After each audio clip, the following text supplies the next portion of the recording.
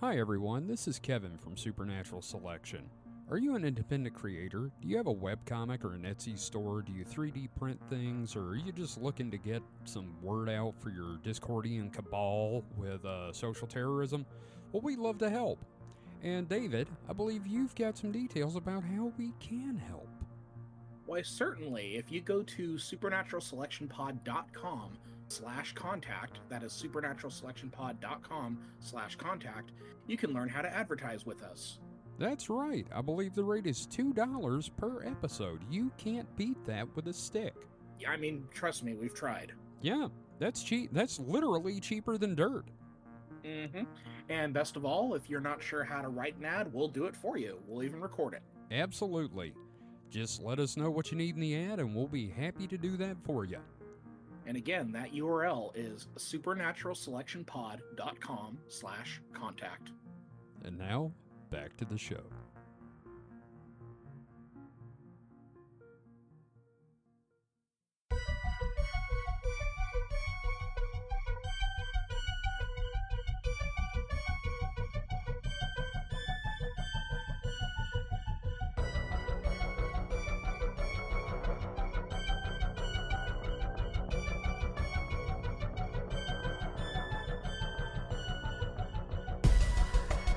Do y'all remember when I could speak and didn't sound like I was a 2-pack-a-day smoker?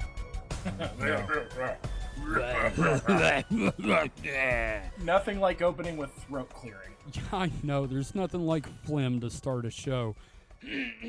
Case in point. Hello, and welcome to NuperSachel. I should just stop NuperSachel now. This is collection. This is the end of the fucking series right here. You've tuned in for the We final are off episode. to a great start, gentlemen. Welcome to the final episode of Supernatural Selection. I think you mean NuperSachel. NuperSachel Selection, yes. NuperSachel collection. Yes, that's our other business. Anyway, I'm your host, Kevin, I guess, and with me this week is Mike the Skeptic, who can hopefully talk. How you doing, Mike? I'm researching vans. I'm not researching vans. Like the shoes or the vehicles? Vehicles. Oh. I was just reading an article about vans. I kind of miss my van every now and again, but only if it actually worked. Well, we're gonna need a van when we, go all Scooby-Doo on this shit. That's true. We're still planning that. We are going to be Mystery Incorporated. And we've got Mr. David Davis, the Scoob to our Shaggy. How you doing, David? Ruh-roh. Zoinks! Jinkies. I'm doing all right. Hey, I'm teaching again. It's a 6-week summer course, but it's 18 weeks of material in 6 weeks, and I have a bunch of essays to grade tomorrow, so that's fun. Have you considered, making a... Suicide? Okay, that too, but I was going to say, taking the material, making an emulsion out of it, drilling a hole in the top of their heads, and just pouring it straight into their brains. I haven't tried the Dahmer method, but... Okay. You should. Well, how about like a teacher's aid tulpa that, teaches for you? That's just like ChatGPT, but more spiritual. Yeah. Yeah, well, I don't know if I'm feeling it. Yeah, but you can kill it with mind bullets. That's true. You can't kill ChatGPT, unfortunately. I mean, you can. It just requires you to, destroy server. God, one of our managers at the store has downloaded a fucking app that lets him do ChatGPT image generation, and he is doing Spanky and Alfalfa as bikers and shit, and I'm like, you're killing the environment for stupid jokes. What the fuck, dude? Can you imagine the type of person who gets into creating tulpas just to kill them? I don't want to, honestly. That's a terrible thing. That's just such a dark thing that I just popped Tulpicide. into my head. That tells you where I'm at right now. Yeah, God, I don't know. It's like killing a part of yourself. It's like Foster's Home for Imaginary Friends, but every time an imaginary friend comes out, the kid shoots him. Dahmer's Home of Imaginary Victims. Jesus Christ. Okay, well, so this week it's a Weekend Weird, and if it's cool, we'll do the me, David, Mike rotation again. Okay. Is that fine with everybody? That seems like a solid blunt rotation. Puff, puff, give, motherfucker. So, my first article is from primanews.com. And it's got the word English written over it, so, I can read it. But this is from Bengal. Okay. And the article is Deadly Ghost Lights Terrorize Bengal Fishermen. I was returning home when I saw 3 bright lights floating just above the water. So, and there's a photo of what looks like a comet. So, already off to a good start. Articles by Kalpit Mohanty. Okay. So, we're getting multicultural here. So, Dateline, Calcutta.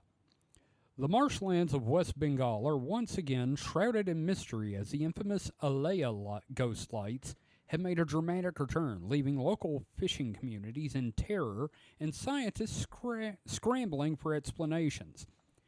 These flickering balls of light that emerge in the marshy regions of West Bengal and Bangladesh have caused many deaths, and recent sightings suggest the phenomenon is intensifying. Over the past few months, 5 fishermen from the Sundarbans region have gone missing after reporting encounters with these otherworldly illuminations. Now, we've talked about ghost lights here on the show. And ghost monkeys. What's that? And ghost monkeys. Yes. But the thing is, have we actually talked about, ghost lights killing a man? No, we haven't had any, death by ghost light, I don't think. Well, here we go. There we go. Ratan Das, a 45-year-old fisherman from Gosaba, barely escaped what he described as a dance with death last Tuesday evening. Quote, I was returning home when I saw 3 bright lights floating just above the water. They were blue-green, like nothing I've ever seen, Das recounted, his hands still trembling. The light seemed to follow me, and I lost my way completely. By some miracle, I found the shore at dawn. According to local beliefs, these ghost lights are the ghostly remnants of fishermen who met their untimely demise while out fishing in the marshes.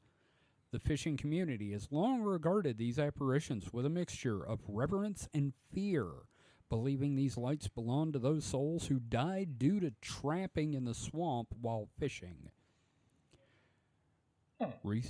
Recent surge in sightings. Local authorities have reported a 300% increase in Alaya light sightings since May 2025. Jesus. That's a lot. Attack of the Killer Disco Lights. Yeah, man. It would be funny if it's just like floating disco balls. It'd be funny if it was just fucking Dazzler from the X-Men. Oh, man. She's on tour over there. The phenomenon, which typically occurs during monsoon months, has extended well into the dry season, puzzling both locals and researchers. Mike, I want you to formulate a theory on this. Okay. Dr. Aniban Ghosh. I'm doing pretty good on these pronunciations so far, by the way. Good job, I'm proud my boy. of myself. Thank you. Which is great, because I can't speak English tonight, so at least I can speak something. NuperSachel. Yeah. NuperSachel. Mumbies. God damn it. Anyway, Dr. Ghosh, an atmospheric physicist from Jandavpur University, has been studying the phenomenon for over a decade. Quote, what's particularly intriguing about this year's sightings is their persistence and intensity, Dr. Ghosh explained. We're seeing reports of lights that appear for hours rather than minutes, and they're exhibiting behavior patterns we haven't documented before. The Coast Guard has issued advisories warning fishermen to avoid those affected areas, particularly the remote canals near the Bangladesh border where most recent incidents have occurred. There is a fucking warning, stay away from the ghost lights. Yeah. From the Coast Guard. Oh, yeah. Stay away from them. Yeah, don't go near the light. So, while local folklore attributes the lights to restless spirits, scientists believe that as gases rise from the swamp gas, as gases rise from the soil and water and as gases rise from the soil and water and escape into the atmosphere, methane mixes with phosphines and creates the blue light seen hovering over the swamps. The Alea ghost lights may result from the oxidation of phosphorine, diphosphorane, and methane, chemicals formed during organic decay that emits photons, creating the mysterious glow. However, this scientific explanation fails to account for the light's apparent intelligence and their ability to lead people astray. Dr. Gosh admits the combustion theory explains the basic luminescence, but it doesn't explain the coordinated movement patterns or why they seem to respond to human presence. The Alea lights have claimed at least 47 documented lives over the past century. What the fuck? That's one every 2 years. Less than that, but yeah. Well, yeah, you know. According to local police records, it is considered to be one of the most haunted places in West Bengal and India, with victims typically found drowned in remote parts of the swamp, often miles from where they were last seen alive. So they have no corroboration. They just, found someone drowned in the swamp and think, oh, it's the ghost lights. Well, I mean, there was that one guy that said he got away. Well, I mean, you do have a mage who casts Speak with Dead, and that's how they find out. Oh, is that what they're doing? Yeah, they use the Speak with Dead spell. Oh, they raise the corpse and ask him? Yeah, and they get 5 questions. It's like Chris Pine. Yeah, exactly. In Dungeons and Dragons. Yes, that but was no, the reference. I see what you're saying, Mike, that we found a body, it must... Yeah, no, I get it. Superintendent of Police, Madhab Chandra Mandal, has deployed additional patrol boats in the region. We're treating this as a public safety issue, Mandal stated. Whether supernatural or natural, these lights are leading people to their deaths, and we cannot ignore that reality. The recent surge has attracted international paranormal researchers and atmospheric scientists to the region. Dr. Sarah Matthews, an atmospheric anomaly specialist from Oxford University, arrived in Kolkata last week to study the phenomenon firsthand. Quote, similar lights have been reported worldwide, from the Marfa lights in Texas to the Min lights in Australia, Dr. Matthews noted, but the Alea lights of Bengal appear to be uniquely interactive with human presence, which makes them particularly fascinating from a scientific standpoint. Local Panchayat leader Sunil Kumar Halder has organized community awareness programs, though he admits the challenge of balancing scientific explanation with deeply held cultural beliefs. I screwed that up. But for generations, our people have lived with these lights. They're part of our identity, our folklore, Halder explained. But when they start taking lives, we must act. Kill the lights. Kill the lights and put it in neutral. Stock car flaming with a loser of the cruise control. Sorry. The West Bengal... Yeah, it's bad. The West Bengal government has announced plans to install a network of monitoring devices throughout the affected marshlands to study the phenomenon systematically. You're going to put ankle bracelets on them? Like the swamps? No, the lights. No, I was going to say they're just putting lights all over the swamps now. Yep. Chief Minister Mamata Banjirji has allocated... number two. Yeah, weird 2 money units, 2 crore for the research project, calling it a matter of both scientific curiosity and public safety. As the investigation continues, the Alea lights remain one of India's most enduring mysteries, straddling the line between science and the supernatural. That's rupee. Is it? I don't know what the crore means. Okay, 2 rupees. 2 rupee crore. I don't know what that is. Okay, so that is 10 million rupees. Holy shit. So that's 10 million per crore. So that's 20 million rupees, which is about $250,000. Damn. Yeah. That's a lot of fucking money to find them ghost lights. Anyway, for the fishermen of Bengal's marshlands, however, the lights represent a very real and present danger that demands respect, whether born of spirits or swamp gas. And they've also set up a helpline for fishermen to call, and it is, in fact, a 1-800 number. So that's kind of interesting. I feel like we discovered the Min lights are fairly interactive as compared to some ghost lights. Yeah, we should do another ghost lights. Yeah, because there's so many all over the place. Yeah, we'll have to like deep dive on one or two. I mean, Well, and, how you know- interactive were we talking about? Is it like DDR where, you know? I don't know. Like the Min lights will like, you know, run away and then like run up to you and like they act like they're playing. These are apparently like serial killers. Human anthropomorphization is an amazing thing. Hey, don't make me like get that book again that I gave back to. Hey, man, the lights Kindle. just could be killing people. You never know. It turns out they've got handguns.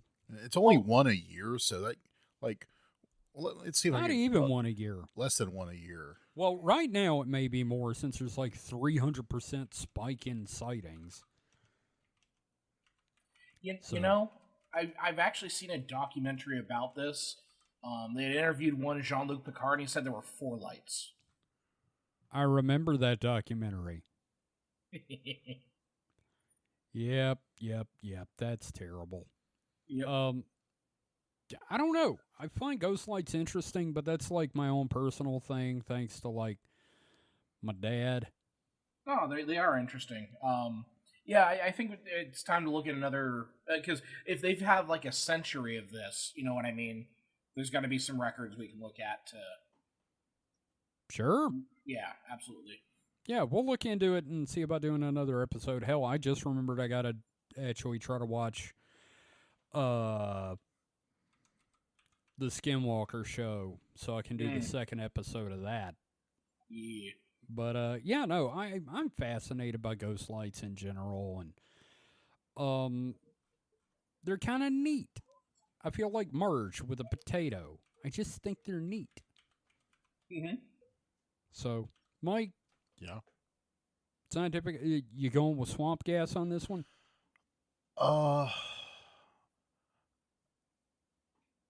I don't know. I mean, I'll have enough information. Like, I feel like, I mean, I've never seen swamp gas, so you know. I can't yeah, say. I know, I haven't either. Thanks, Dr. Hynek.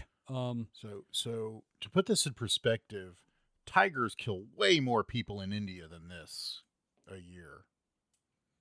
Okay, fair.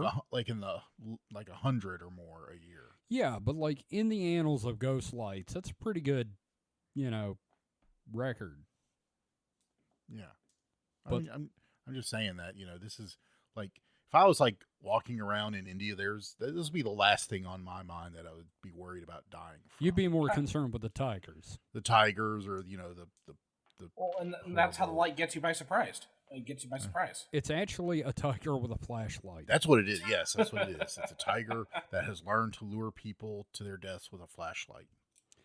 I like this idea, but also I'm sitting here thinking it's just the lights have a handgun. But the other theory I've got is, okay, it is swamp gas, but like, these fishermen, they're there and they go, the fuck is that?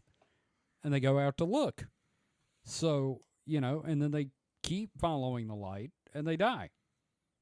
I mean, there's the two things are not mutually exclusive. Mm. Yeah. Curiosity killed the cat. Except if the tiger gets you first. Well, that's true. Yeah. The tiger killed the fisherman, but There you go. yeah. So How'd anyway, the tiger get on the boat? that's like what killed everybody on the boat in Jurassic Park 2. They're just the hand hanging from the wheel of the ship. Yeah, that's and right. the T-Rex was still down in there.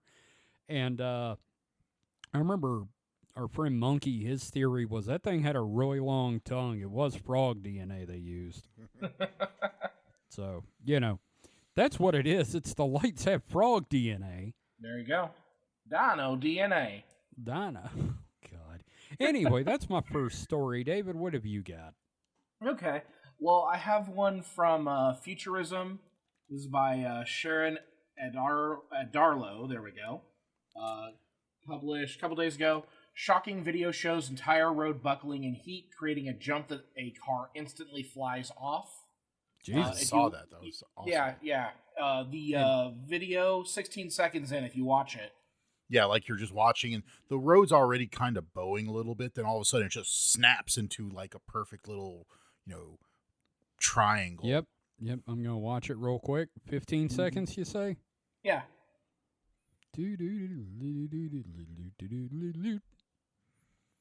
Boink. Wow. That's some Dukes of Hazzard shit right there. That is definitely. That's like the Dukes of Okinawa. That was a Japanese. Thing is, it actually makes a sound when it buckles. Oh, does it? Yeah, it goes poink. Okay, I just threw that sound in as a joke. It's kind of but it's I'm picturing like the old Looney Tunes, boink, when they get poked in the eye sound. Mm-hmm. Also, David, be careful. We're doing real good on pronunciations right now for names, so let's keep it going, buddy. Oh, I intend to ruin that, but anyway. Awesome. No, it's very Mario Kart shit. I appreciate it. Yeah. Yes. So the lead here is danger speed bump growing zone. Jesus. Well, it's a grower, not a shower. Right. First header is bumpy road. The summer's first heat wave has been so intense in the United States that an asphalt road buckled so suddenly that an oncoming car went airborne in Missouri, all captured in a now viral video. Missouri.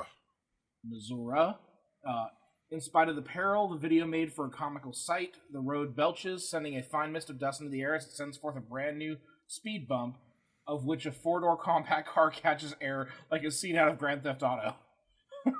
A local, Arthur Blackwell, caught the fortuitous moment because he was filming the street before it happened and then had it uploaded to Storyful.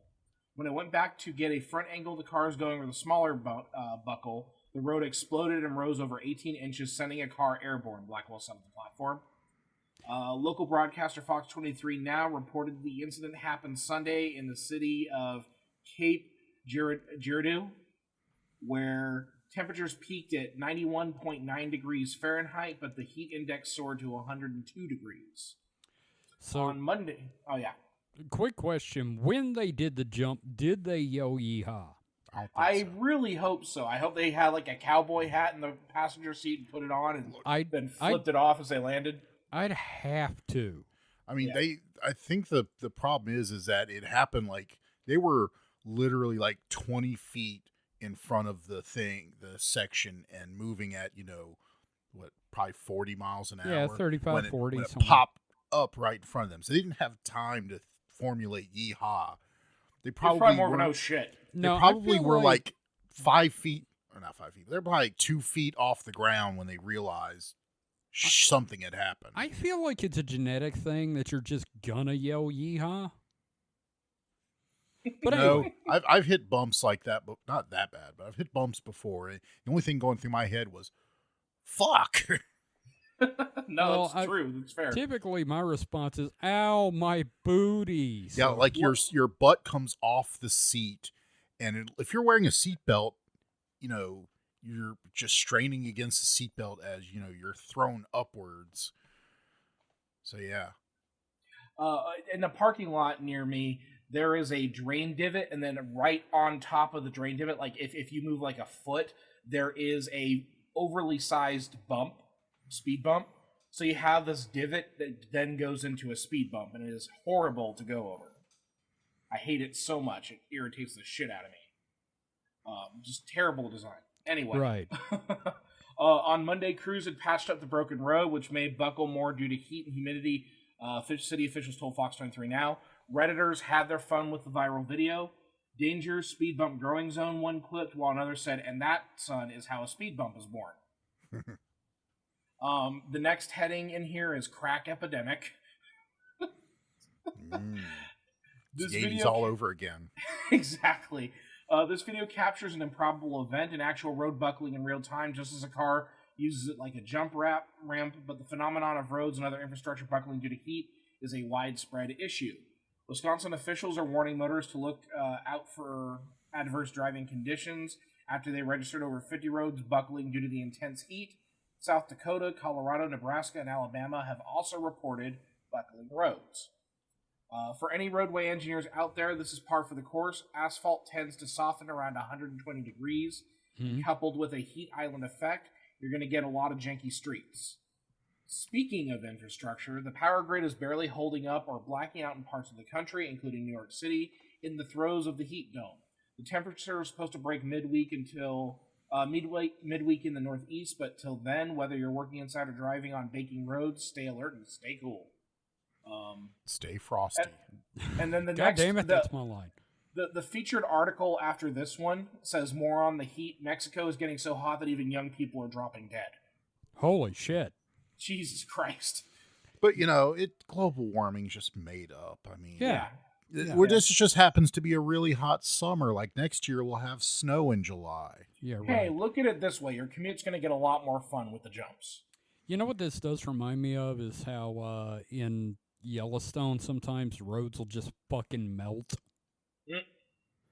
from like the caldera heating up. Yeah. And then the summer heat on top of that. Yeah. And then the people just melt. Yep. But yeah, sorry, I global killed, warming isn't a thing. killed conversation. Yeah, no, sorry. My brain just kind of farted up when you said, yep, people just melt. And I'm like, wait, do they? I mean, yeah, look at Indiana Jones and It's like Raiders of the Lost Ark. Yeah, it's That was like living in a trauma film. That was a perfectly historically accurate Oh, yeah. retelling. Man, Like- remind me on the next distraction hole to talk about the face melting Nazi guy from the comic show I did. Hell yeah. Well, the other thing is, if you like melting people, you should watch Street Trash. That's a good one. Street trash? Yeah, it's a terrible, awesome movie. Like very, very gooey, but also there's a scene where they play catch with a severed penis. It's very funny. What the fuck? This Yeah. sounds like a combination trauma film and that great scene from RoboCop. A little bit, yeah. It's in that same kind of vibe. Like literally, people are just melting into multicolored goo. It's great, Awesome. and they live in a junkyard. It's dope. Wow. Okay. Sounds Yeah. fun. Oh, I mean, we were talking about melting people, so Yeah, it's true. I don't know. I don't know. I feel like speed bumps around here haven't done very good, so I'm thinking like ramps would help slow people down. pretty soon all of our roads are going to look like skate parks. You'll have these ramps, and then you'll have these rails, and it's like Mario Kart World where you're like grinding on And shit. every radio, the only song that plays is Goldfinger, Superman. Dude, if I had to rail grind to work both ways, rail grind to and from work both ways every day, that would be awesome. Yep. It can only Multi-track play drifting. It can only play the soundtrack from Tony Hawk Pro Skater as you're driving to work. That's it. I don't know how I'm going to drift in a Buick, but I'll find a It's way. less of a drift and more of a careen. It's more of a waddle to the right. It doesn't. A It's not that bad, waddle. but it definitely it's front wheel drive, so it's not going to drift very well. No. But by God, you're going to try. It doesn't have a handbrake. It's the foot brake for the parking brake. So Which is going to work just as well. and yeah, so I'll just like push it down a little bit and it'll stick. So I'm just like dragging the rear wheels. Yep. It's going to be just great. replace your 4 wheels with like 4 skateboards. No, I could do the thing where you put like the lunch trays under the back wheels. Hell yeah. Yeah, I've seen people do that. Like if they want to drift in a parking lot, like at really slow speeds, you can put just lunch trays under your rear wheels.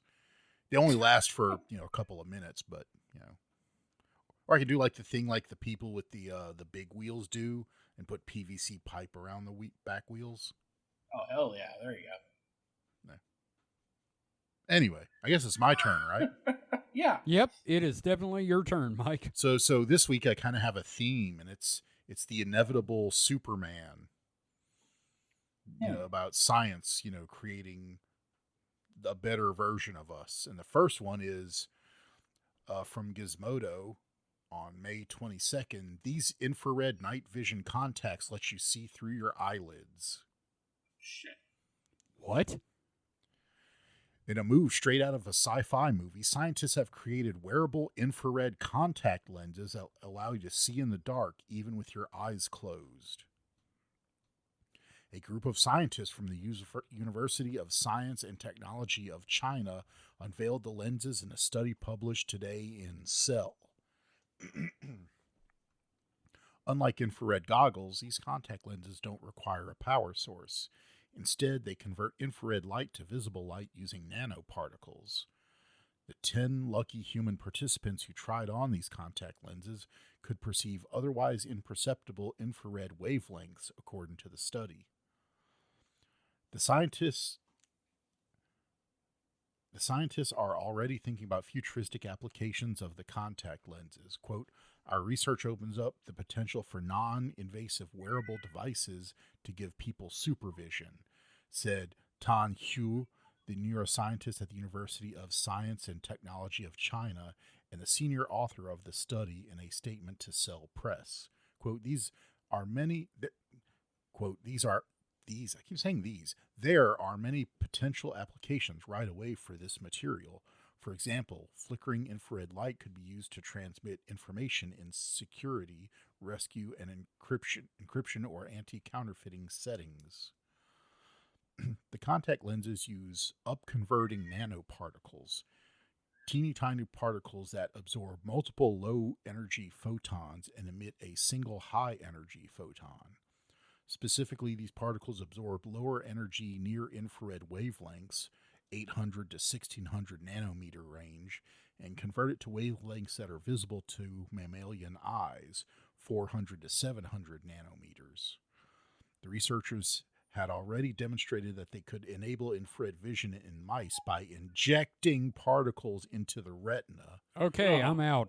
But they wanted to develop a method that didn't require you to inject anything directly into your eyeballs. Hey, fucking awesome. Because, like that, they talked about, like, if my eyesight get worse due to diabetes, they would have to start doing injections straight into my eyes, and I passed out.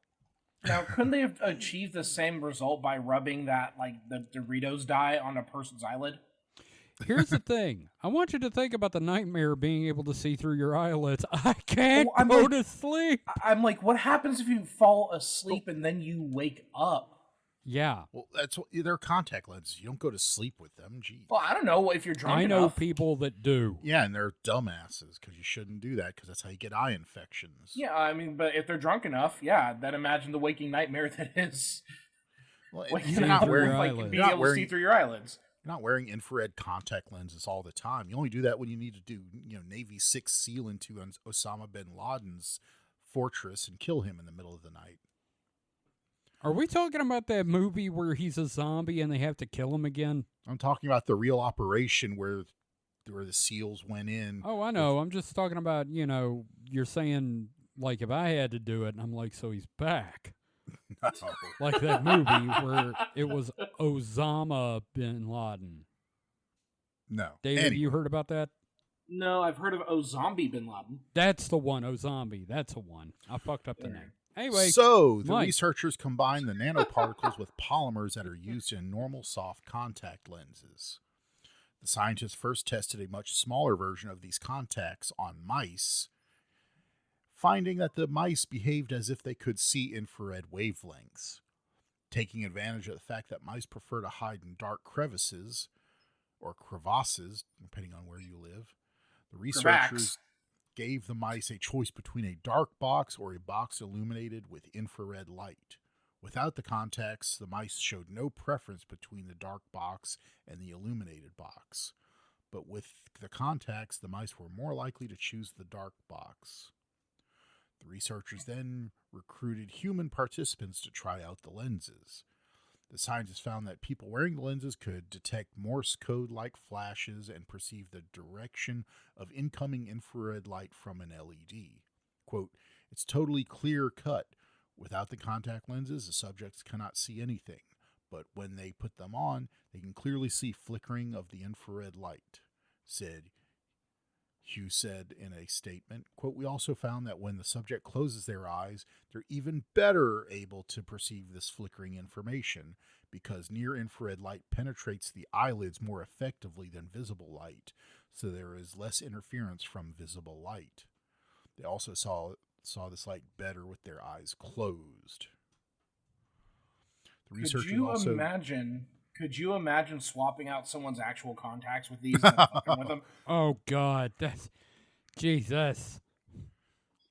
Look, I don't know if you've ever like used a camera that could also see the infrared, but Mm-hmm. yeah, in the daytime everything's very purple if you don't have an infrared filter.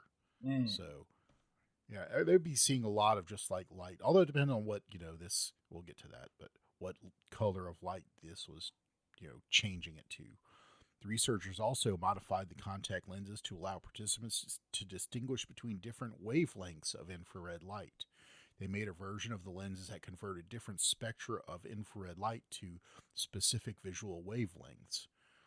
So 980 nanometers was converted to blue light, 808 to red light, and so on. But before you get too excited, though, it's important to note that participants wearing lenses couldn't see all that well. They weren't able to make out fine details of their environment, for example, and could only see infrared light coming from an LED. This is because the contact lenses scatter the incoming infrared light, the authors wrote. To combat this, the researchers created wearable eyeglasses using the same basic principles. This helped a little bit, and participants were able to distinguish infrared patterns and shapes, but still weren't able to see ambient infrared light. So in other words, they could see the light being shown at them, but like say they were in a dark room that maybe had ambient infrared, or maybe, I'm assuming even with infrared illumination, they probably couldn't see it wasn't night vision. I feel like we're going to get a scene with this in that new Denis Villeneuve James Bond movie. Yeah, actually, that would be pretty fucking cool. Yeah. The technology isn't quite supervision levels yet, and scientists are working on making these contacts more sensitive.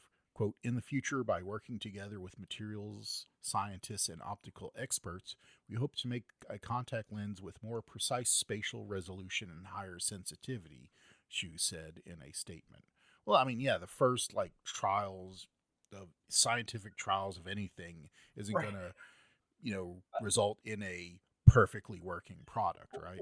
Like, bro, you just created a way to see through your own fucking eyelids. Take the win. Yeah. So, it's okay if they're not perfect. You managed to do something that God did not intend for your species.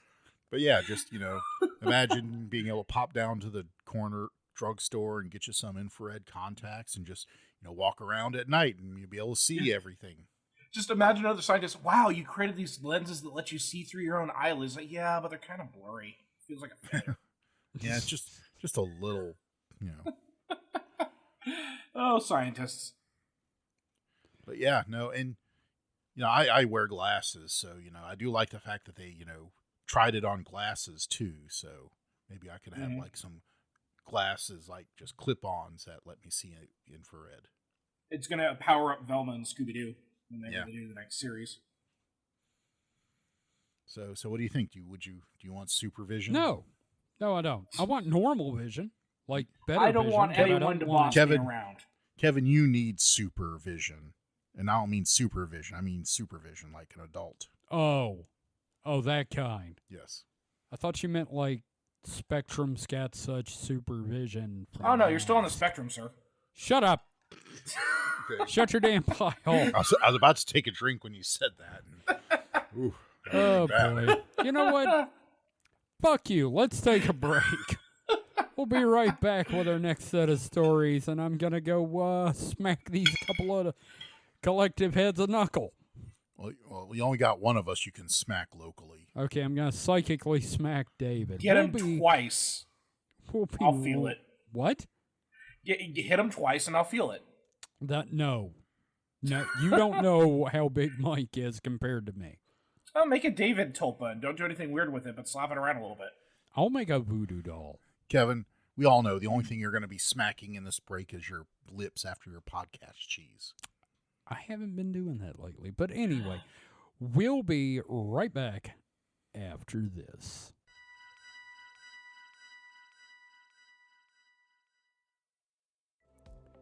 Hey, Kevin here. Hope you're enjoying the episode. Hey, who are you talking to, Kevin?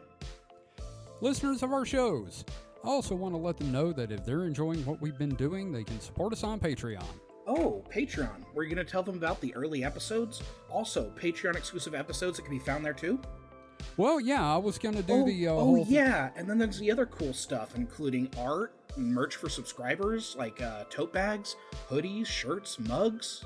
Yeah, and can you believe people could support us for only $5 a month? You're definitely going to mention that too, right? I was. Support Supernatural Selection and The Distraction Hole on Patreon for as little as $5 a month. Visit patreon.supernaturalselectionpod.com to learn more and get started today. And we're back, and we're all still on the show. Now, Kevin, you're breaking tradition by not having podcast cheese. I don't like this. I haven't had the cheese lately, and I just haven't really wanted it. My stomach's been kind of upset, and I feel like the last thing I need is like to turbo load dairy. It's not about you wanting the cheese or not. It is expected, and my sense of complacency is now threatened by you not consuming a slice of cheese during the break. Well, you know what? These are trying times, and you better learn to deal with it. But Kevin, good enough. Cheese stops you up, so maybe that's what you're doing. You know, you're low on your cheese. You know, that might be true. We'll find out next week what has happened with my butt. I said good enough. And I'm choosing to forgive you for that. Say something, goddammit. It was a terrible fucking joke. What do you want? Thank you. Oh, God. Oh, God. We're all a little loopy tonight, apparently. What has become of this show? We're not very sharp. Oh, for fuck cheddar off. or worst. Oh, God damn it. Anyway, so my next article was from the Daily Star, dailystar.co.uk, everyone's favorite. Oh, those guys. This article.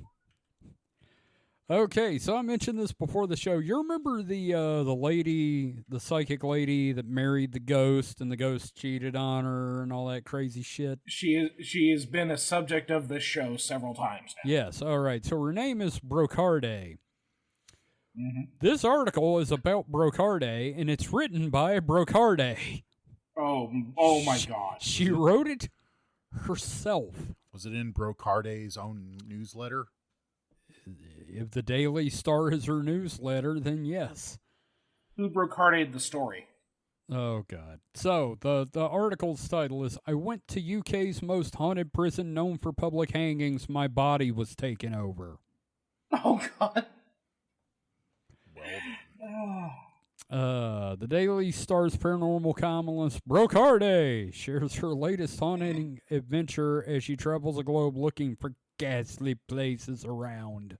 And a new man. Now, it says places around, no period, no continuation of the sentence. It obviously did not get finished. I love the Star. It's so poorly written. So, filming my music video in one of the UK's most haunted prisons, the extras are ghosts of notorious criminals! ! I recently filmed the music video for my new single, Identity Theft, in one of the UK's most haunted prisons. And I was shocked. Why are these all hyperlinks? Because she's trying to grift people. Okay. When the undead turned up to headbang. Oh, Jesus Christ. No, you know what? I'm calling it, don't read the story. What? Don't read it. Don't read it. We were just advertising her shitty album. No, it's fine. It's fine. Okay. It's not like you can click the link in this podcast. No, that was fair. But yeah, no, just like, Yeah. Oh, I went to go shoot my music video, and all of a sudden the ghost showed up. And they headbanged. Yeah. Okay. In contrast to my encounters in many haunted prisons, many? My experience of filming a music video inside the walls of, what is it, Gloucester? Yeah. Gloucester? Gloucestershire. Gloucester? Gloucestershire. I don't know. I It's don't know. England. If you're from the UK, please tell me how the fuck to say It's that. some fucking Muppety language. Gloucester prison. Muppety. And was quite enlightening. You could even say it was a ghoulish punk rock party. Fuck Oh you. God, it hurts. Fuck you, woman. This is one of the few times over the past few years that I have been inside a highly haunted location without the primary mission being to find ghosts. In fact, I was quite adamant that I would be ignoring any ghosts, as I was on a time crunch and I needed to film all of my scenes and flee like a gothic Cinderella before the clock struck midnight. Fuck you. This bitch. This uppity bitch. She also looks like a drag queen dressed as Cher. So a drag queen then. Okay, fair. Yes. Anyway, Gloucester Prison was built on the top of the site of Gloucester Castle, and over the years it's seen hundreds of deaths, many by public hanging. In fact, rumor has it that they are currently excavating the site as they found dead bodies. It's also seen multiple notorious criminals come through its doors over the years. On top of these infamous faces, there are reports of spectral nurses, wardens, and former prisoners that throw rocks, make banging and shouting noises, and terrorize guests in various ways. It was a real rock concert. Sure. Through rocks. Yes. And the banging was the head banging, obviously. No. Here's a question: when a person dies by hanging, is it more often asphyxiation or is it their neck snapping? It depends. Here's the thing: you want it to be due to the neck snapping, which is your really good hangman. The shitty ones, you choke to death for several minutes. Now, would having a broken neck make you a better headbanger as a ghost? Yes, because like you can get some real fucking arcing with that. Yeah, right? no, you're flopping. It's like your whole head is your hair. So, after the dark prison became alive, even though I was there virtually alone. Who was filming then, you dumbass? Anyway, virtually she said alone. Virtually.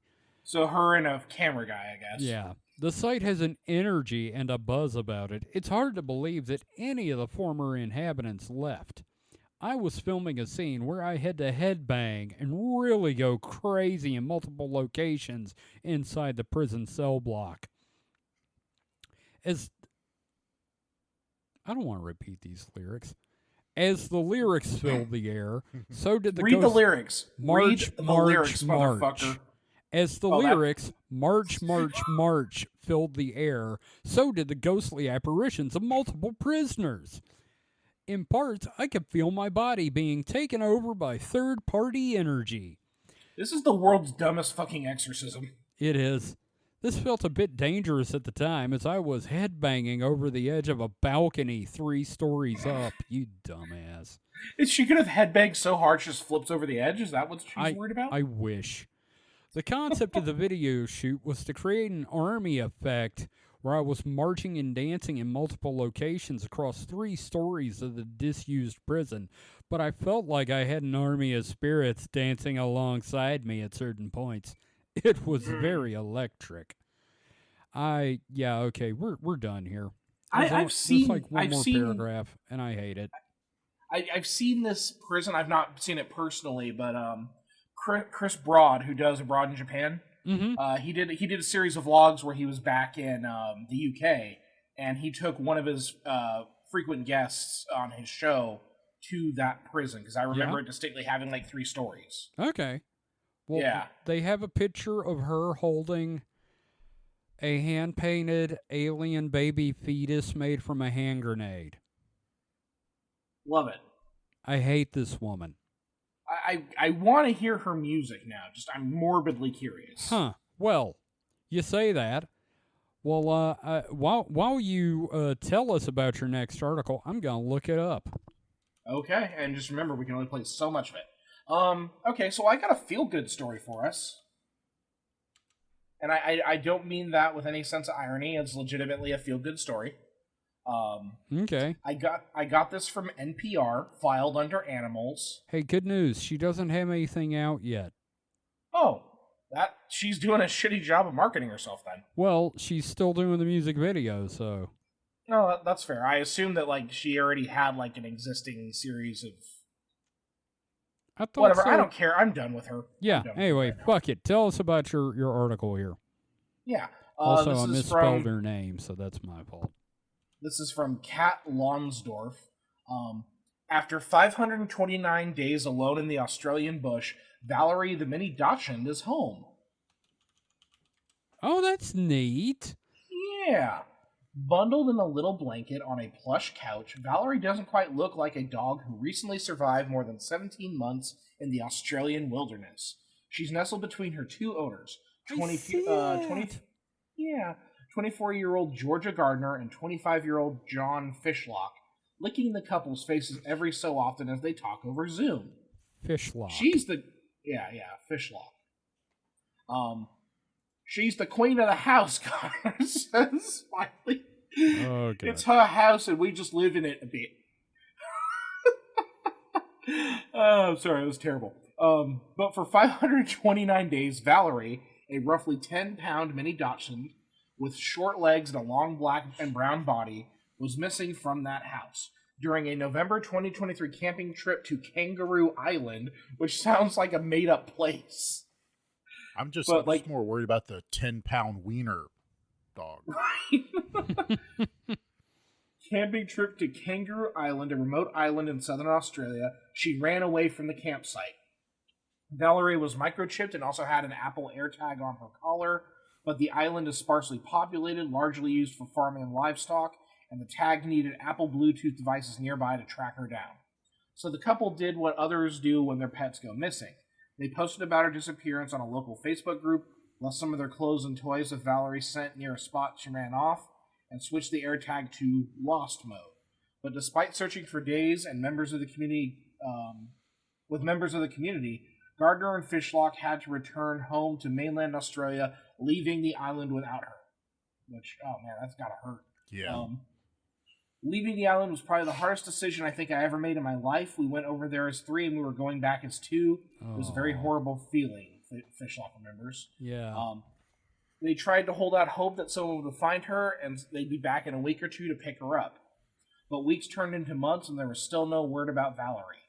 Gardner says that the couple tried to cope with the fact that their tiny dog had disappeared on an island home to predators like snakes and eagles. They made up a story trying to convince themselves that she'd been picked up by an old lady on a farm and was now eating dog biscuits and sleeping in a warm bed. That's what you tell the kid when it's dead. Yeah. Right? But we definitely had to be realistic that we might never get her home, and we had to move through that grief, she says. Then one day this past February, more than 1 year after Valerie had gone missing, a farmer on Kangaroo Island snapped a photo of a tiny dog running through the fields. That photo eventually made it to Kangala Wildlife Rescue, a local animal rescue on the island generally focused more on wildlife than pets, which had been in contact with Valerie's owners since she'd gone missing and shared it with them. Gardner says at first they couldn't believe it. There's no way our 4-kilo dog could survive that long, she remembers thinking, but she says the photo was absolutely Valerie. Lisa Karen... yes. They pick up the dog. It's going to have one of those Rambo survival knives. It's got bow and arrow. They pick up the dog, and the dog's thinking, fuck, I've been caught. The man's got me. I thought I was free. Dog turned you call into that a knife? Bark, bark. This is a knife. Bark, bark. Dog turned into Bear Grylls.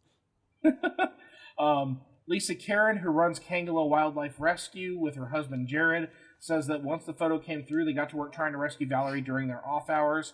It was no small feat. Karen says that first they thought it would take only a few days to catch the mini Dachshund. They put out about a dozen what she calls cat traps, basic cages with a plate of food and a door that latches when an animal goes in. I'm familiar with catching, But they kept catching nearly everything. Brushtail, possums, feral cats, and wallabies, except Valerie. Aw. Even a few kangaroos put their head in there, she remembers. Valerie's too smart for them. Right. So along with a team of other volunteers, we began experimenting with different traps, often working long nights with little to no sleep. Eventually, they rigged up a big pen with a roof, several wildlife cameras, and remote-controlled door, setting in a spot where Valerie had been seen last. They replenished it daily with food like roast chicken and filled it with Valerie's toys and clothes that carried the scent of her owners. Eventually, Valerie started showing up, grabbing the food before darting back out again. And finally, after nearly 2 months of trying to capture the little dog, Jesus Christ! everything lined up. Valerie entered the pen and relaxed a bit. Then they hit the remote drop on the door. It was surreal walking down to the trap site from the car. You could hear her barking, Karen remembers. She climbed into the pen alongside her daughter, and eventually Valerie climbed into their laps and then fell asleep. Aww. Our hearts just broke then. We knew she never ever wanted to be a minute out there, she says. No one quite knows how exactly Valerie survived so many... Well, considering they couldn't fucking catch her, I'm not surprised. Yeah, no, dog's way too damn smart to die. She was ultimately found 30 miles from the campsite she'd left. Jesus. Karen speculates she was drinking water from nearby farms, burrowing in the dirt for shelter, and even eating the carcasses of dead animals. Oh, yeah. I mean, That shit. dog's got a taste for human blood. Look, the speculation that she didn't want to be out there, evidence to the contrary. I think she was living her best life out there. Mm-hmm. After her capture, Valerie went to the vet and got a clean bill of health. She'd even gained some weight. See? She's got Wiener the dog's physique a of a piece little of bodybuilder. She got the physique of a little bodybuilder. I'm telling you, wiener dogs are the natural survivors. Went from a wiener dog to a bratwurst dog. About a month has passed since her big adventure came to an end. Valerie has been back home with Gardner and Fishlock for about 2 weeks. They say she settled right back in, playing with her toys, cuddling in bed, and going on walks just before, before she went missing. She's come back a little more independent, Gardner says. She's still quite attached to us, but she's stronger and more on her own. Karen says people have asked her why she and her team put so much effort and time to finding one tiny dog, but for her it was simple. All right, what were you going to say, Kevin? I was going to say she's got love tattooed on one paw and hate on the other one. She's got like a badass scar. Anyway, quote, if it was your dog, what would you want someone to do? Wouldn't you want someone to say, hey, let's do the best we can? We should all as humans just come together and make it right, or at least try, she says. Gardner and Fishlock say they've been flooded with messages about Valerie, many from people saying her story gave them hope. Gardner says that she hopes that that's what people could take away from the saga. Quote, if a tiny little 4-kilo sausage dog can survive on Kangaroo Island in the Australian bush, then you too can survive whatever you're going through, she says. I am just thinking about the character of Snickers from Bluey, the little sausage dog on Bluey. Okay. Yeah, and I'm just like, they could do an entire episode where Snickers is lost, but then I think I would cry because that seems really depressing. Wow. This would make a good fucking movie. Yeah, no, it'd be like Homeward Bound. Or like Benji the Hunted, but Wiener Dog the Hunted. I don't know. I'm glad we have a positive animal story, but man, I just imagine that dog Jack like a prison, prisoner. Like, they had to set up a very complex trap to get this goddamn dog. Yeah. And the photo's great, because you just see this, like, big caged box with, like, a bunch of sensors around it, and they had to use, like, remote control to get her. Well, oh, that's funny. Good news, guys. I found Bricarde. Oh, no. So, before we go on with Mike's article, let's listen to identity theft for a moment, shall we? Okay. To sound your video, lady?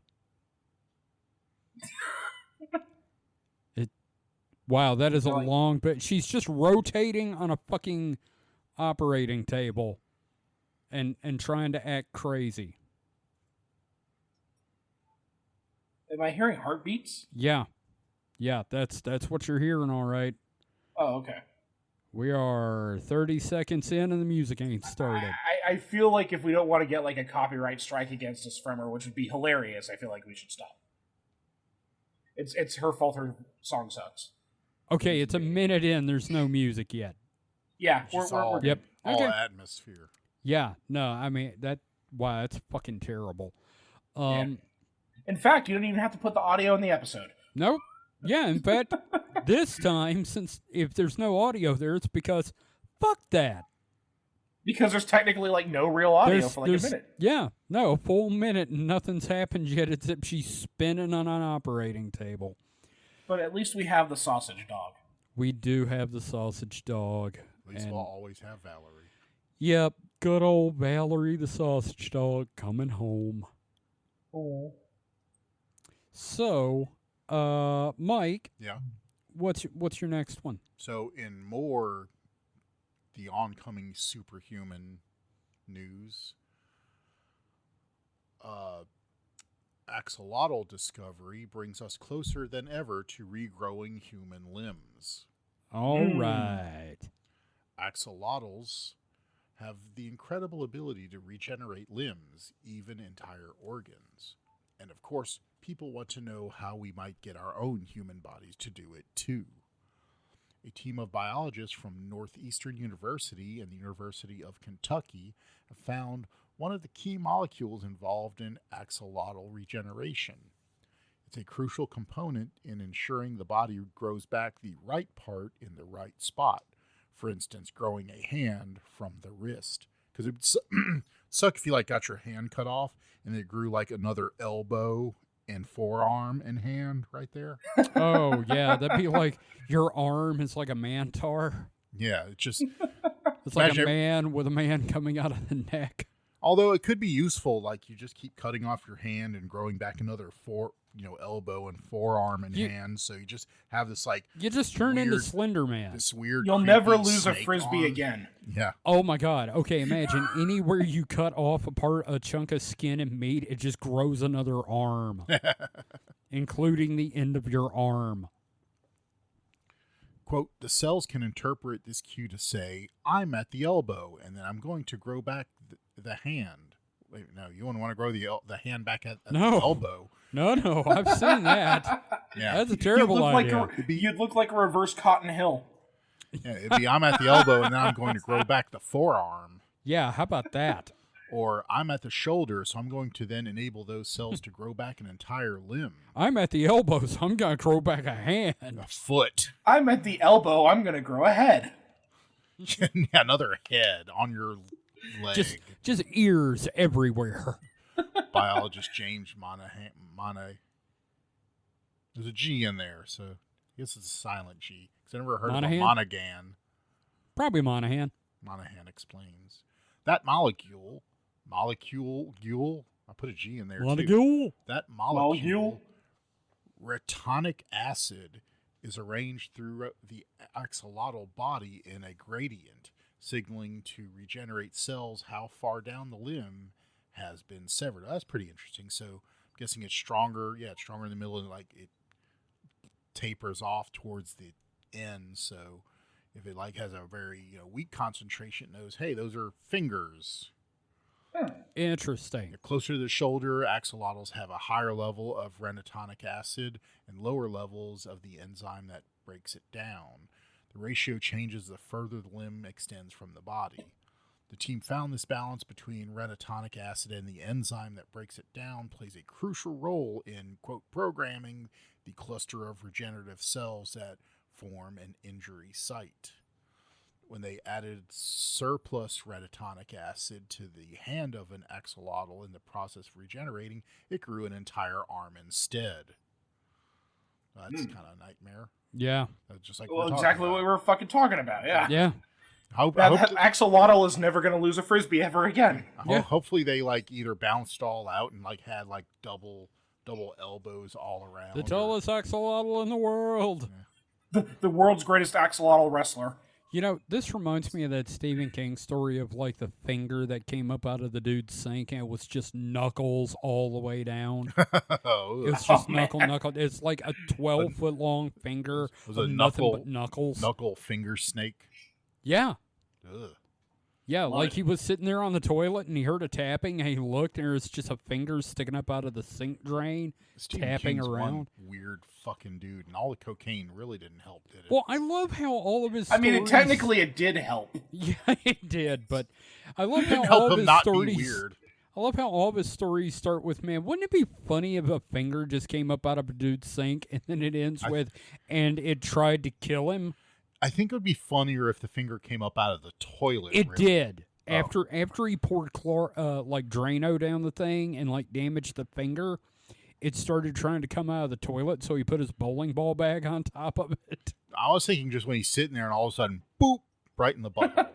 Checking the your oil. pooper. Ride the Oh, pooper. you know, I've heard of like knuckles deep, but 36 knuckles deep? Yeah. Well, let's get back to these oxalotls. In theory, the human body has the right molecules and cells to do this too. But our cells respond to the signals very differently. Instead forming collagen-based scars at injury sites. Next, Monahan is keen to find out what's going on inside cells, the axolotls and our own, when those retinoic acid signals are received. Quote, if we can find ways of making our fibroblasts listen to these regenerative cues, then they'll do the rest. They know how to make a limb already because, just like the salamander, they made it during development, Monahan says. Quote, it would help with scar-free wound healing, but also something even more ambitious, like growing back an entire finger, he adds. It's not out of the realm of possibility to think that something larger could grow back like a hand. This research is published in Nature Communications. So what do you think? I think it'd be funny if you were just made out of fingers. I think we're closer and closer to that urban legend about KFC having the weird centipede chickens. Oh, God. Y'all heard that. Yeah, I know the one where it's just a long chicken with nothing but legs. Long chicken's a great name for it. It's a quadrupedal chicken. No, not quadrupedal. It's a center chicken. It's a Milla chicken. Milla chicken. Just call the whole breed the long chicken and move on. Then at that point, you might as well just have like multiple chickens. Oh, God, dude. Chickapede. Yeah, the chickapede. Just saying, the chicken centipede. That sounds like more work than just having like 100 fucking chickens. Dude, you can get a whole bucket from one chicken in that way. Yeah, but you're still feeding it the same amount. It still has to make the same amount of meat, which requires the same amount of fucking food. Okay, what if you just had a bunch of chickens connected beak to butt? Chicken centipede. Yeah, chicken centipede. Like Just shove the beak of one chicken into the cloaca of another. Yes, just pooping back and forth forever. Corn goes in, what comes out you don't want to see. Nope. Egg laying back and forth forever. Oh, God. God. just chicken cloaca to chicken cloaca. Just pass the same egg back and forth. Cloaca to cloaca. Until God. a chicken erupts from the mouth. Chicken. We were discussing chicken horrors. Chickens were not meant to know. I think we have Stephen King's next story. We need to get him on the Get that man some Coke. Stat. That which is not chicken can eternal lie. And stranger anyway. The telltale cloaca. Oh, God. Fuck off. Click off. Yes, cluck off. Oh, God. I don't give a cluck. What the fuck is happening here? I don't know. How do we go from axolotls to cloacas? Don't axolotls have cloacas? Don't axolotl me a question I can't answer. Oh, man. Oh, God. They're cool. Axolotls are awesome. Love them. Oh, yeah. They're adorable, too. What's our friend online, Ethan, that does that raises them and actually wrote a book about them? And he did the comic The Black Mud Puppy. Yes. And Yes. He recently wrote a book about axolotls, or not recently, it's like 5 years ago, but still. Hope we did not just piss off Ethan. No, we were praising the axolotls. We were upsetting the fans of chickens. My favorites is Axolotl Rose, lead singer of Guns and Toadses. There we go. I like Guns that. and amphibians. Guns and Toadses. That was terrible. Yes. The Omni chicken is not something that needs to be spoken of. We need to quit this research immediately, lest we get the Omni chicken. The chicken of tomorrow. The chicken of your nightmares. Yes. I think we need a shirt of All Fear the Omni Chicken. Dude, Yeah, Chickapede t-shirt would be pretty funny. Yeah. Yep. do not desire the chicken nexus. We have made the chicken nexus. And we can't use the Moby Studio song now for Supernatural Selection. So Well, we never that were. goes out the window. We paid for Yeah. this song, so Yes. Check our credits for who made our song and get your own. Mm-hmm. Now, David, Yes. I think that was the last of our articles tonight, if I'm not mistaken. Oh yeah. Which is probably unless Mike, did you want to add anything, or are we just going to leave it off at like chicken centipede? Yeah, we'll leave it at the chicken it's monstrosities. this chicken has become a fractal. the chicken golden ratio. Yeah, the closer you get to it, the more chickens you see. Anyway, The Fibonacci chicken sequence. Oh God. Just chicken cancer. oh, shut up! That's terrible. Just chickens butting off of chickens, butting off of chickens. God, it's like the whole planet's on the cob. Yes. Anyway, David, I think X was going to give it to us, and I'm terrified of this next segment. Aren't you glad that 4chan didn't die and that we still have the X board? You're No. probably gonna wish that it did die after this. Yeah, no, I'm almost ready to go back to the chickens. So every time I've gone to look for stuff, I always see the same general thread. I never really dove into it, but it just seemed like tonight was a good night to do so. Oh, yeah, this is chaos anyway. Yeah.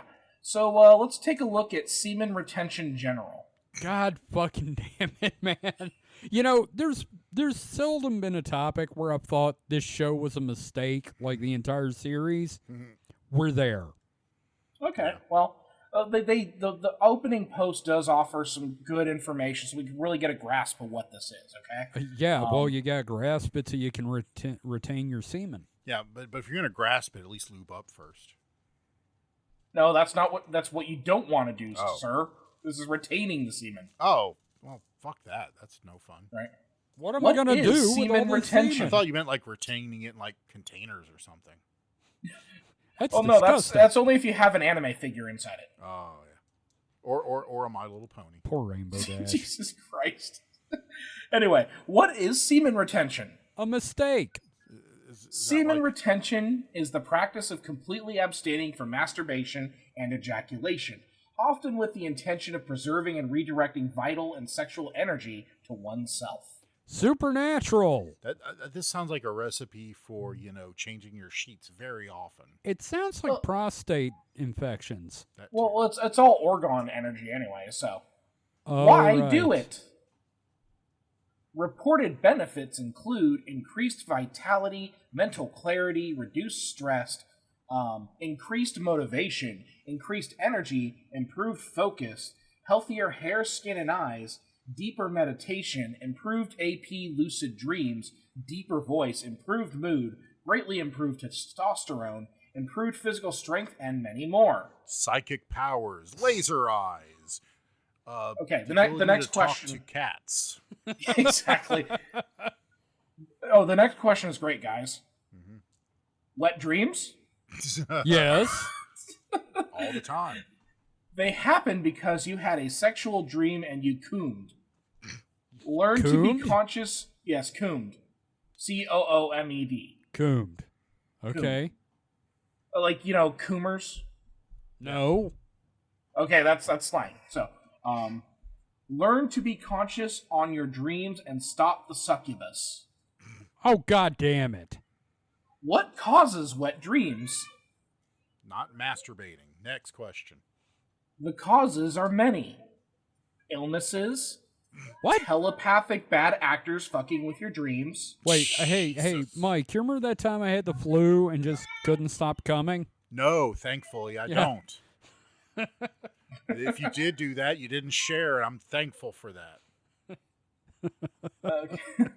So let's see, where was I? Yes. Psychic? Yeah.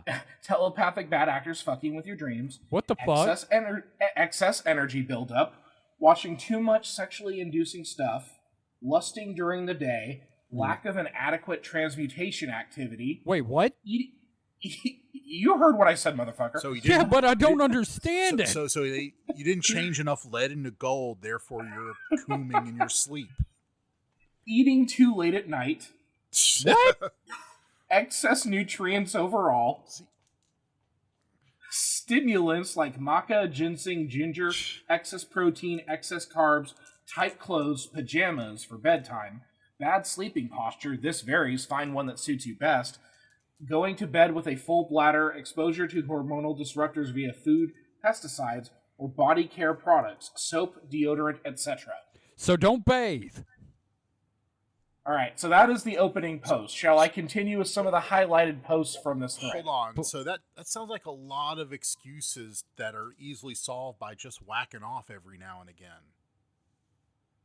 Sir, the point is to not. It's to I'm retain saying your semen. your body wants to do it, and if you're not doing it yourself, life finds a way. Who Penis is in finds charge? a way. Who is in charge, you or your body? What? I mean, it's kind of a co-op there, because, I'm not 100%. Clearly, you're not disciplined enough. Let me Clearly, ask. you're not disciplined. Nobody's 100% in control. What am I gonna If they do are, with then all say this they're on the cum? line. Yeah. Well, you wash your sheets every 5 days. So yes, continue. I wonder if we get an answer to what you do with the cum. Anyway, okay, very first post on the thread. You have to recover all that nutrients.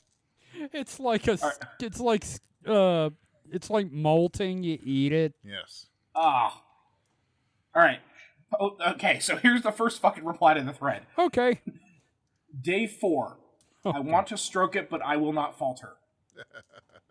I faltered. Let's see. Last thread is nothing but drug addicts seeking and trying to get their friends to take just one drink. It's insane how much they want you to jerk off. Who wastes their trying to get dudes to jerk off all day? Children of Moloch. Wait, are we seriously saying it's the oh god, what's the place in California? The fucking god, my brain. You talking about that camp? Yeah. Yeah, I forget the name of the camp, but yeah, no, just again, apparently, yeah, people are trying to get people to come in these threads when they shouldn't. Oh my gosh! Speaking of coming, Holly just opened up a Coke, but it exploded on her. Oh wow. Well, you got it all excited, so Bohemian Grove. They're blaming Bohemian Grove. And when you don't touch it for like a week, yeah, it's gonna explode like that. Yep. Shouldn't have kept it in the fridge that long. Right. Let's see. Let's see what I got else. Okay. I'm new to these threads and the practice. How do I use semen retention to help me ascend? Just give me a book or something if you don't want to explain it in detail. Ascend. Another reply, why is pornography so boring? So clearly they have ascended. Jesus, yeah. I like that these guys are doing that. Meanwhile, the Chaos Magicians are like, come everywhere. Just on everything. Okay. All right, here's a good reply. It's beyond just semen retention, but that is a non-negotiable. It's binary. You either do it or you don't. Work to embody heavenly virtues and rid yourself of the deadly sins. Have unwavering faith in God and belief on Jesus Christ. Be reborn and baptized in the Holy Spirit. I'm still going, motherfucker. Yeah. The rest of these things are more on a spectrum of how well you do them and how to combat modern problems that affect energy flow within the human body. Natural sunlight is diminished and even demonized. Lack of grounding, earthing. Most people are nutrient, vitamin, mineral deficient. Don't consume foods that are ultra-processed or laden with pesticides, hormones, antibiotics.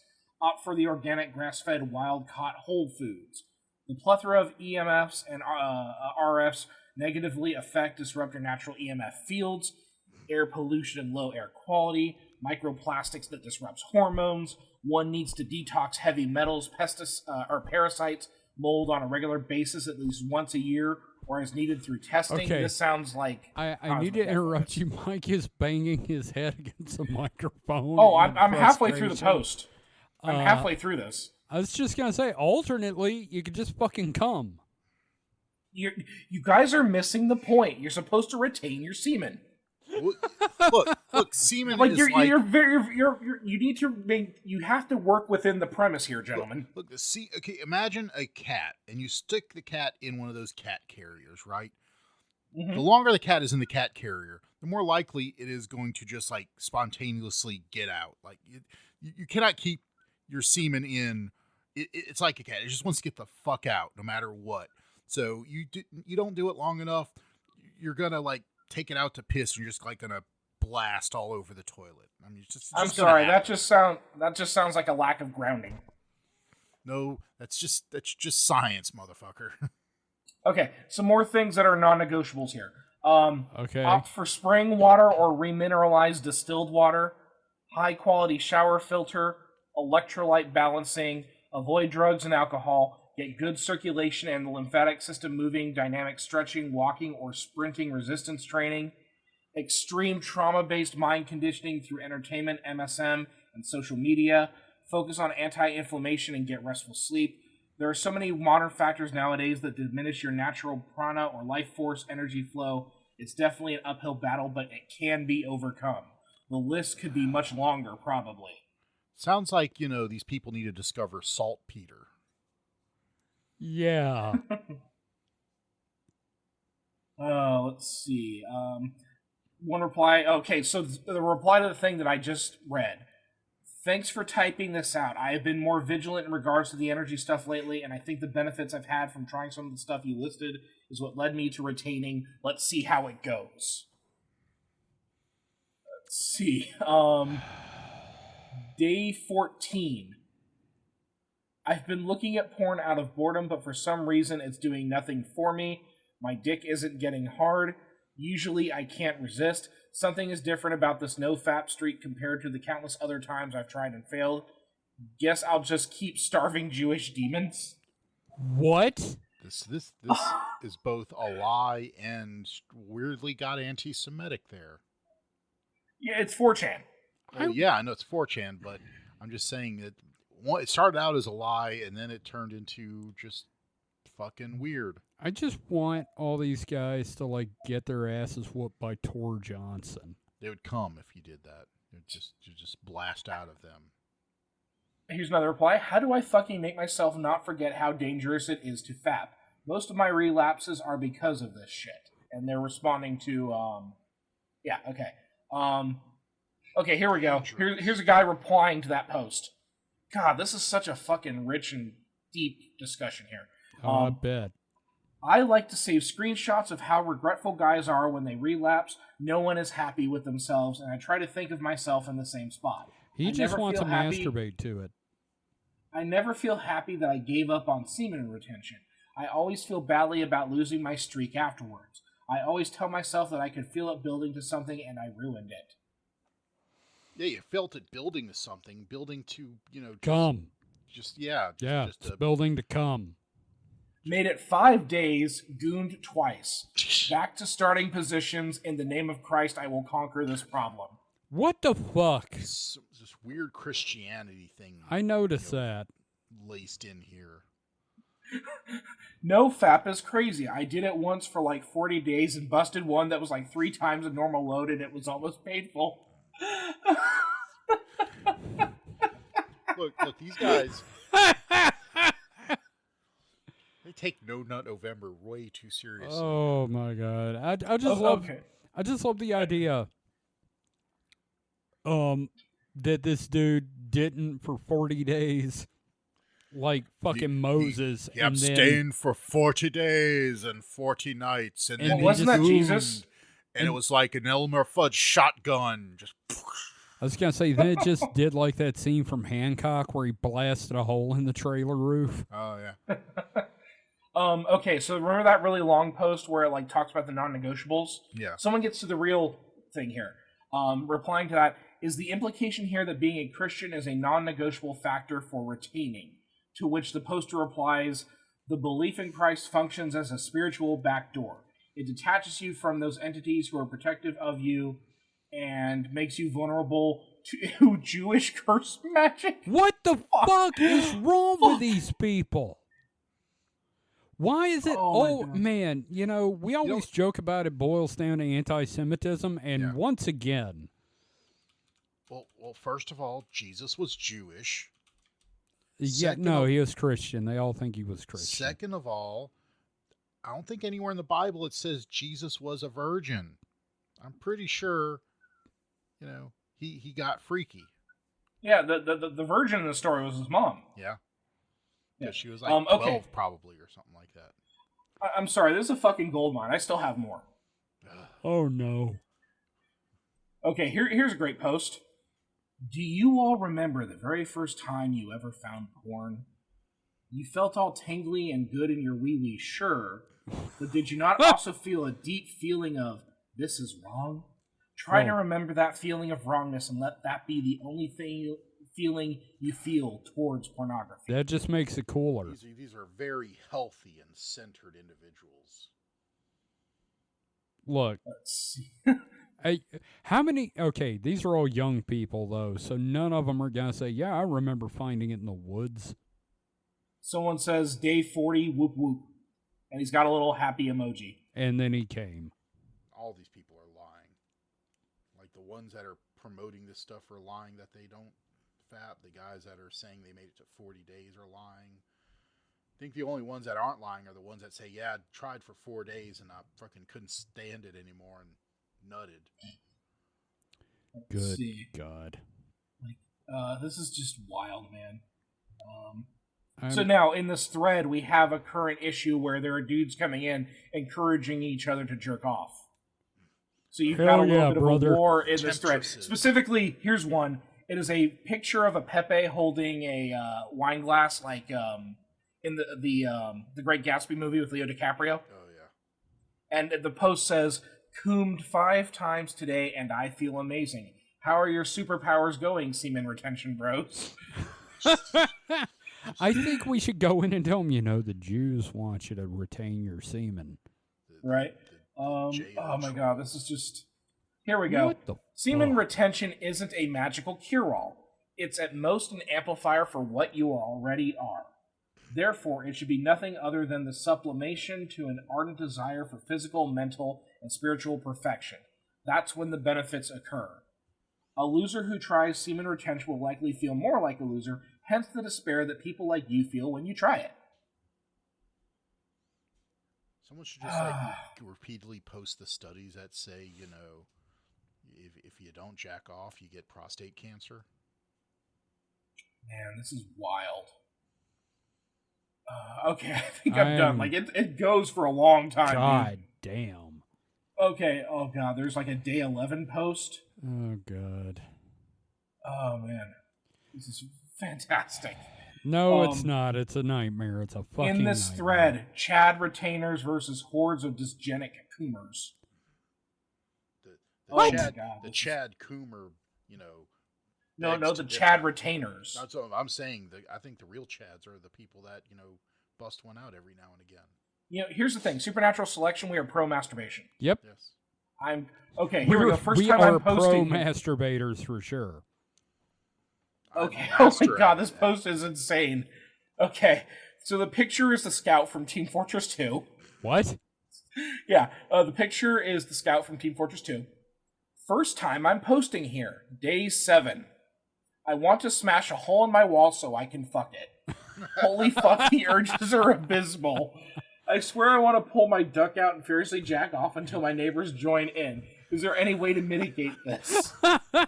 This guy's a teen for one. I want to punch a hole in the wall and fuck it. That is amazing. Look, I think at this point, you could just, start fucking the wall and it would make a hole. That is... God, that's amazing, dude. That's... And then the pro-masturbators are like, my prostate cancer. Yes. In the thread. Yes. Oh, man. My prostate cancer. Oh, God. Well, you know what? that's good enough for this week. Aw. So, what a wild variety of things that we have talked about tonight wow, such things have been discussed. on NuperSachel. NuperSachel selection. Yeah, wait, what was it you said, Mike? Collection. NuperSachel collection. Which is the exact opposite of semen retention. Hosted by the Mumby. So, Mike, have you got anything you'd like to plug or draw attention to? Well, I just read a thing that the James Webb Space... It's not long enough for like an actual article or anything, but James Webb Space Telescope received the most distant object known to humanity, which light is 13.57 billion light years from us, but that isn't its actual distance. Its actual distance is 33.8 billion light years because of, expansion. That's awesome. That's the furthest we've seen into the, past. That's neat. Yeah. Certainly a better way to end this than semen retention, I'll tell you that And much. then you brought it up anyway. Yes, of course I did. Yep. You know how I function. Yep. Well, David, if you got anything you'd like to plug. I'm getting back and posting stuff. I should hopefully have a couple comic pages going up pretty soon. I've started posting writing stuff, so keep an eye out for my website, hpcomics.com, hpkomics.com. Cool. Yeah. If you haven't read Dungeon Crawler Carl, read Dungeon Crawler Carl. Really fun books. Super dark too. So, yeah, that's it. That's all I got. And I want to thank everyone for listening. You can find out more about the show at supernatpod.rocks. That is supernatpod.rocks. You will find a link to our Discord, our Patreon, our store, and every episode of this show and the Distraction Hole. And we'll be back next week where I'm going to torment you guys with the Emerald Tablets of Tote of Atlantis. Jesus Christ. Oh, yeah, this is the beginning of a series about theosophy, so. We Stargate now. Oh, bitch, this is heading straight into Helena Blavatsky. Blavatsky? That's what I had in my pants. I went Blavatsky in my pants. So, once again, thank you everyone for listening, and we'll see you next time. So until then, stay safe and stay frosty. Goodbye. Please don't retain your semen. It's just... In fact... Those seamen really need to be on boats out in the sea. Go masturbate right now. Grab your piece, go goon, and have a Blavatsky. God, that's horrible. Blavatsky all over the walls. God damn it. Fuck. Yay, I made it worse.